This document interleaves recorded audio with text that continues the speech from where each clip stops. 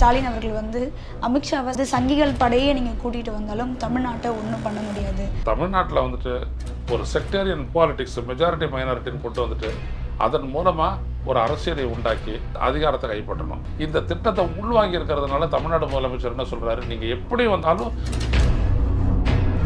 Engine இல்லாத car தான் வந்து அதிமுக, அந்த ஒரு காரை வந்து பாஜக லாரியை வச்சு எடுத்துகிட்டு போகிறாங்க.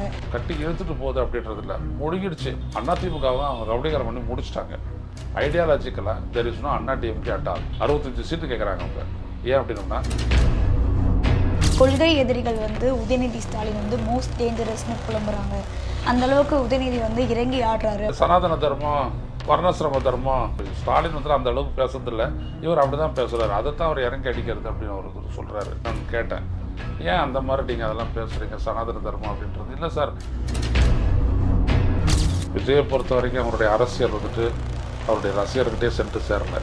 அவர் பேசுகிறதெல்லாம் பாண்டிச்சேரி நின்று நீங்கள் ஏது ரேஷன் கடை அப்படின்றாரு. பொண்ணை ஒருத்தன் எடுத்து போடுறான், எவ்வளோ ரேஷன் அட்டை கொடுத்துருக்குறாங்க. இப்படி ஒரு அரசியல் கட்சி இந்த நாட்டில், அதுவும் தமிழ்நாட்டில் வந்துட்டு பாஜக வந்துட்டு பலவீனமான நிலையில் தானே இருக்குது. அப்புறம் ஏன் வந்துட்டு அவர் மறுபடியும் அவர் வந்துட்டு திட்டுறாரு?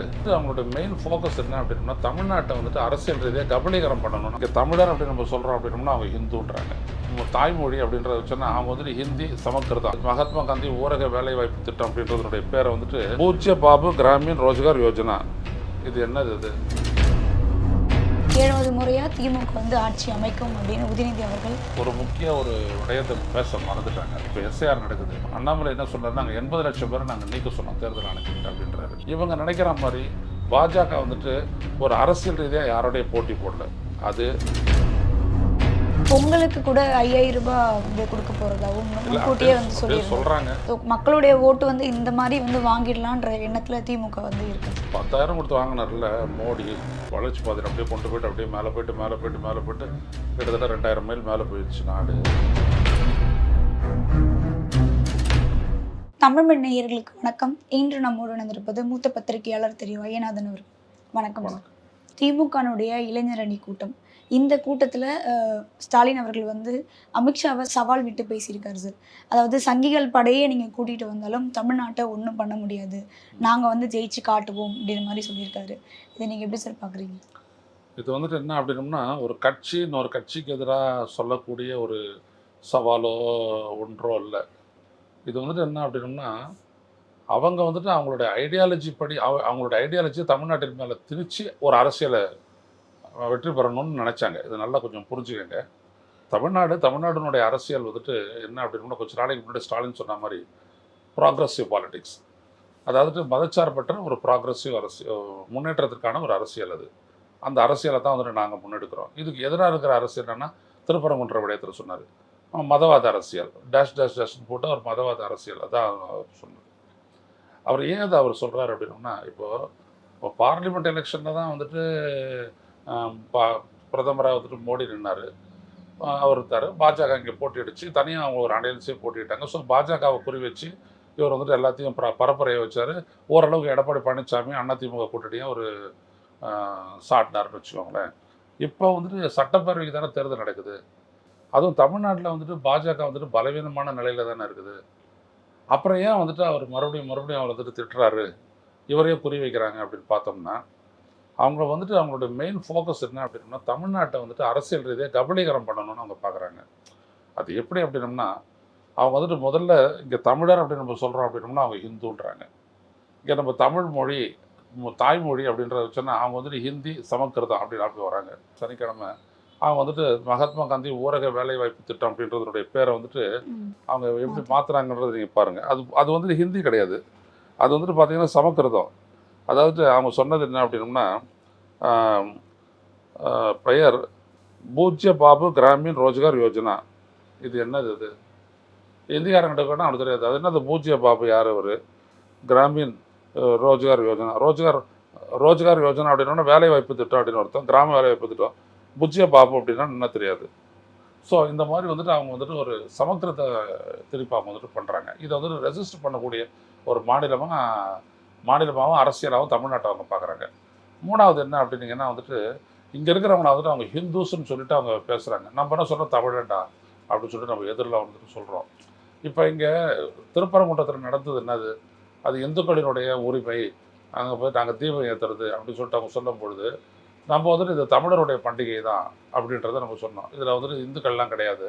இந்துக்கள் கேரளாவில் இருக்கிறாங்க, கர்நாடகாவில் இருக்காங்க, ஆந்திராவில் இருக்காங்க, தெலுங்கானாவில் இருக்காங்க. யார் வந்துட்டு அகல் விளக்கு ஏற்றி வச்சுட்டு கார்த்திகை தீபம் கொண்டாடினோம்?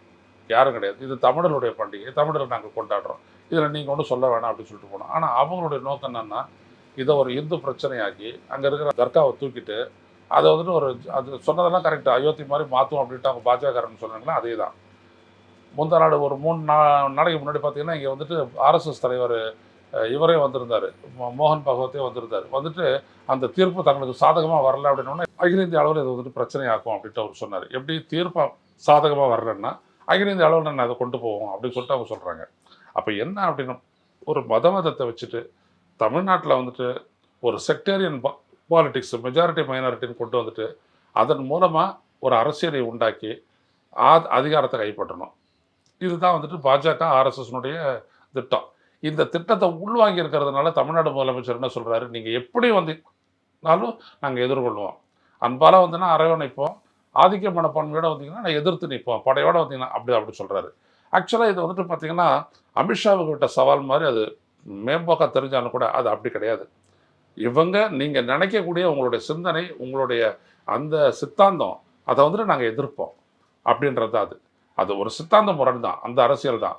அதில் பாருங்கள், அவங்க வந்துட்டு பாஜக வந்துட்டு இவர் முன்னிலைப்படுத்துகிறாரு. அதிமுக தான் இங்கே பெரிய கட்சி, அதான் 21% ஓட்டு இருக்குது. 21 மற்ற அதெல்லாம் சேர்த்தோம்னா 30% ஓட்டு வரும். அதிமுகவோட ஸ்பிளிண்டர் குரூப்லாம் சேர்த்தாங்கன்னா 30 வரும். ஆனால் பாஜகன்றது உள்ளபடி 5% கட்சி தான் அது. புரியுதுங்களா? விட்டால் வந்துட்டு ஒரு இடத்துல சட்டப்பேரவை தொகுதியிலையும் தனியாக நின்று அவங்க ஒரு சீட்டை ஜெயிக்க முடியாது. ஆனால் ஏன் இவங்கள சொல்கிறாங்கன்னா, அவங்க வந்துட்டு பார்த்தீங்கன்னா அதிமுகவை கபடிகாரம் பண்ணிட்டாங்க. ஸோ இவங்கள தான் வந்துட்டு எதிர்த்து, இவங்க தான் வந்துட்டு நமக்கு எதிரானவங்க, இவங்க தான் தமிழ்நாட்டுடைய முன்னேற்றத்துக்கு எதிராக நிற்கிறாங்க, இவங்க தான் வரி பங்கீடுல வந்துட்டு தமிழ்நாட்டை வந்துட்டு வஞ்சிக்கிறாங்க அப்படின்னு சொல்லிட்டு அதை ஃபோக்கஸ் பண்ணுறாரு அரசியல் ரீதியாக மு.க. ஸ்டாலின். சார், அதே மாதிரி இன்னொரு விஷயம் அவர் சொல்லியிருந்தார், கொள்கை எதிரிகள் வந்து உதயநிதி ஸ்டாலின் வந்து மோஸ்ட் டேஞ்சரஸ்னு புலம்புறாங்க, அந்த அளவுக்கு உதயநிதி வந்து இறங்கி ஆடுறாரு அப்படின்ற மாதிரி சொல்லியிருக்காரு.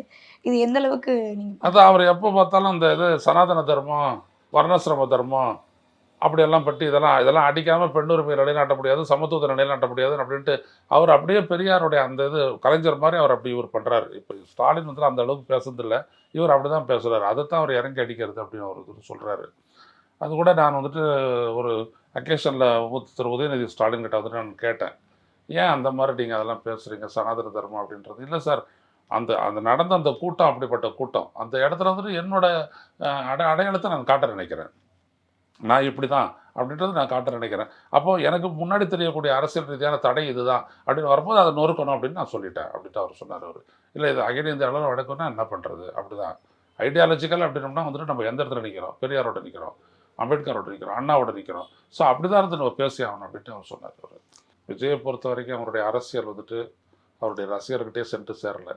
அவர் பேசுகிறதெல்லாம் பாண்டிச்சேரியில் நின்று இங்கே ஏது ரேஷன் கடை அப்படின்றாரு. அவர் உடனே ஒருத்தன் எடுத்து போடுறான், எவ்வளோ ரேஷன் அட்டை கொடுத்துருக்குறாங்க, எவ்வளோ பேர் அதில் டிபெண்ட்டு அப்படின்றதெல்லாம் ஒரு ஃப்ரண்ட் பேஜை எடுத்து அப்படியே போடுறான். இப்படி ஒரு அரசியல் கட்சி இந்த நாட்டில் நடந்துட்டு இருக்குது. உதயநிதி அவர்களும் வந்து பாஜகவையும் அதிமுகவையும் வந்து விமர்சித்து பேசியிருக்காரு. அதாவது வந்து இன்ஜின் இல்லாத கார் தான் வந்து அதிமுக, அந்த ஒரு காரை வந்து பாஜக லாரியை வச்சு எடுத்துகிட்டு போகிறாங்க. என்னதான் எடப்பாடி அவர்கள் வந்து தமிழ்நாட்டை வந்து காப்பாற்றணும்னு சொல்கிறாரு, ஆனால் முதல்ல அதிமுக வந்து நீங்கள் காப்பாற்றுங்க அப்படின்ற மாதிரி விமர்சனம் பண்ணியிருக்காரு. அதில் உண்மை பாதி இருக்குது, பாதி வந்துட்டு அரசியல் ரீதியாக ஒரு வர்ணனைன்னு ஒன்று சொல்லலாம். அவர் சொல்கிறது என்னென்னா, உள்ளபடியே வந்துட்டு எடப்பாடி பழனிசாமி அதிமுகவை காப்பாற்ற நினச்சி மேலே கொண்டு வர நிற்கிறாரு.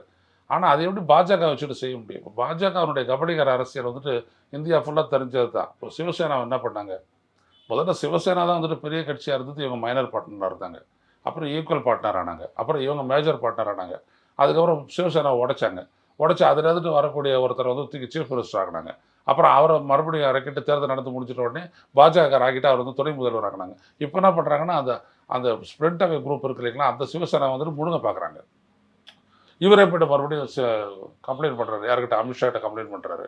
அப்போ இது என்ன அர்த்தம்? இப்போ டெப்டி சீஃப் மினிஸ்டர் இருக்காரு, அவரே வந்துட்டு போய்ட்டு அங்கே உட்காந்துக்கிட்டு பேசுகிறாரு அவர். அப்போ என்ன அர்த்தம்? அதில் இருந்து நம்ம புரிஞ்சுக்கொள்ள வேண்டிய விட என்னென்னா, இன்றைக்கி இருக்கக்கூடிய இந்த அதிமுக வந்துட்டு கட்டி இழுத்துட்டு போகுது அப்படின்றது இல்லை, முழுகிடுச்சு, பாதி முழுகிடுச்சு, மீதி கொஞ்சம் இருக்குது. சூரிய கிரகணத்தில் காட்டுவாங்க, சந்திர கிரகணத்தில்.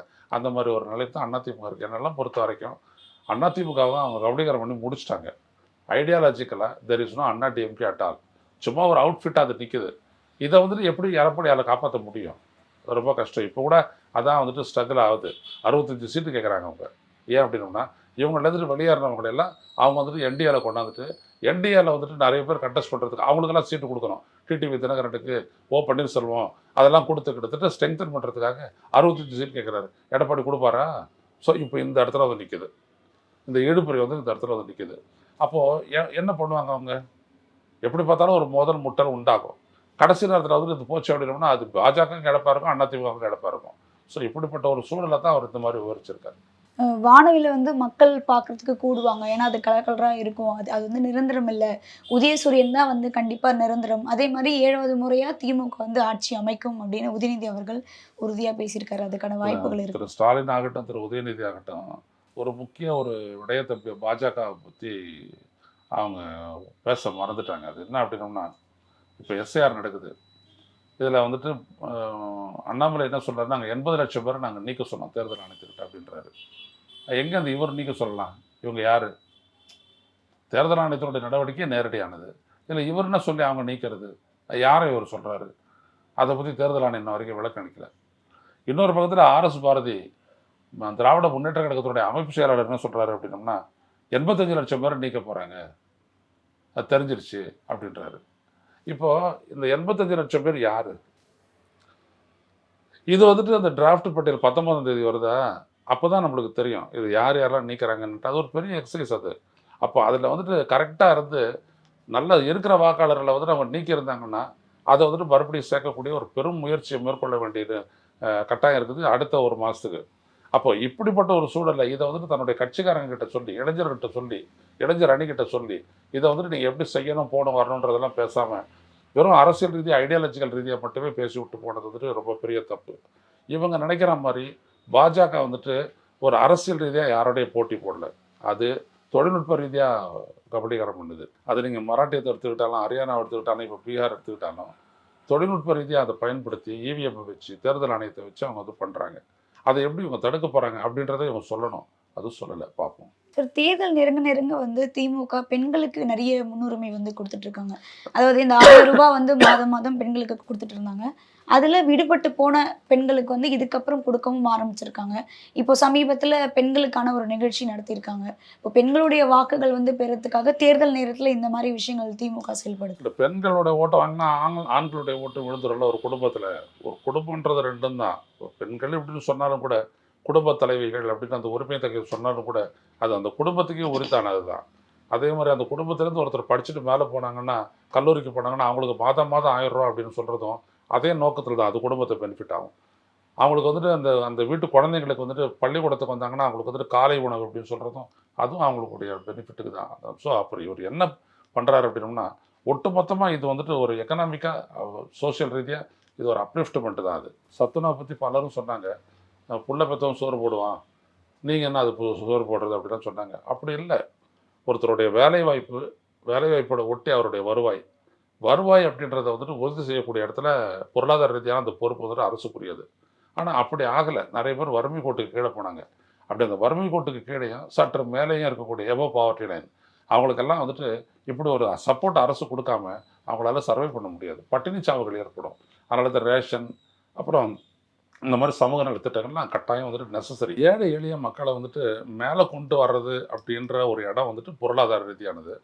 சமூக ரீதியான விட என்ன அப்படின்னோம்னா, அவங்களுடைய அடிப்படை தேவைகளை வந்துட்டு உடனடியாக நிவர்த்தி பண்ணிடுறது. அதுக்காக வந்துட்டு அவங்க வந்துட்டு உழைக்கணும், திட்டம் போடணும் அப்படிலாம் இல்லாமல், மகாத்மா காந்தி ஊரக வேலைவாய்ப்பு திட்டம் அப்படின்னோம்னா ஒரு வருட காலத்தில் ஒரு 100 நாள் 150 நாள் அவங்களுக்கு வேலைவாய்ப்பு கொடுக்கறதுக்கான ஒரு விஷயம். ஆனால் ரேஷன் அப்படின்றது அவங்களுடைய அன்றாட தேவை. அரிசி, பருப்பு போன்றவையெல்லாம் அன்றாட தேவை.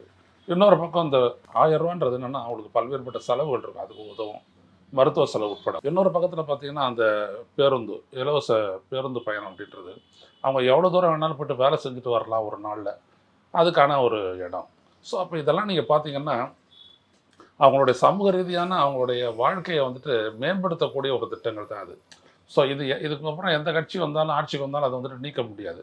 மேபி அதை இம்ப்ரூவ் பண்ணலாம். சத்துணவு பெருந்தலைவர் காமராசர், அதுக்கு முன்னாடி வந்துட்டு நீதி கட்சி. அது பண்ணிட்ட உடனே எப்படி அது மேம்பட்டுக்கிட்டே வந்துட்டு கோழி முட்டைலாம் வந்துச்சு, சத்துணவுல அப்படிலாம் வந்துச்சு இல்லையா? அதே மாதிரி இந்த திட்டங்கள்லாம் கூட இதுக்கு மேலே இன்க்ரீஸ் ஆகிட்டு தான் போகும். 1000ன்றது 1500 ஆகும். அப்புறம் இன்னொரு 5 ஆண்டு காலத்தில் 2000 ஆகும். இப்படியெல்லாம் ஆகிட்டே தான் இருக்கும். அதை ஒன்றும் யாரும் தடுக்க முடியாது. பொங்கலுக்கு கூட 5000 ரூபாய் வந்து கொடுக்க போறதாவும் இல்லை, முன்கூட்டியே வந்து அப்படியே சொல்லியிருந்தாங்க. சொல்கிறாங்க. பார்ப்போம் அது எப்படின்னு பார்ப்போம். ஸோ மக்களுடைய ஓட்டு வந்து இந்த மாதிரி வந்து வாங்கிடலான்ற எண்ணத்துல திமுக வந்து இருக்காது. 10,000 கொடுத்து வாங்கினார்ல மோடி, இந்த நாட்டையே வளர்ச்சியில் அப்படியே வளர்ச்சி பாதையில் அப்படியே கொண்டு போயிட்டு அப்படியே மேலே போயிட்டு கிட்டத்தட்ட 2000 மைல் மேலே போயிடுச்சு நாடு. அவரே 10,000 ரூபா கொடுத்தாரு. 1.5 கோடி பேர் கொடுத்தாங்க. அது ஏது அந்த பணம்? 21,000 உலக வங்கிக்கிட்டேருந்து வாங்கின கடனை வச்சு 1.5 கோடி பேருக்கு கொடுத்தாங்க. 15,000 கோடி இப்படி தான் போச்சு. ஸோ இப்படி தான் அவங்க ஓட்டே வாங்குறாங்க அந்த கட்சி. ஆனால் இவங்க ஒன் டைம்லாம் கொடுக்கல, இந்த வருடம் ஃபுல்லாக கொடுத்துட்ருக்குறாங்க. அதோடு சேர்ந்துட்டு எப்படி தான் ஒரு 2000 ரூபாவோ இன்னும் பொங்கலுக்கு கொடுப்பாங்கன்னு நினைக்கிறேன். இப்போ அது சேர்த்து கொடுக்குறதா நீங்கள் சொல்கிறீங்க. பட் இன்னும் அவங்களுடைய அறிவிக்கை வரல, பார்ப்போம்.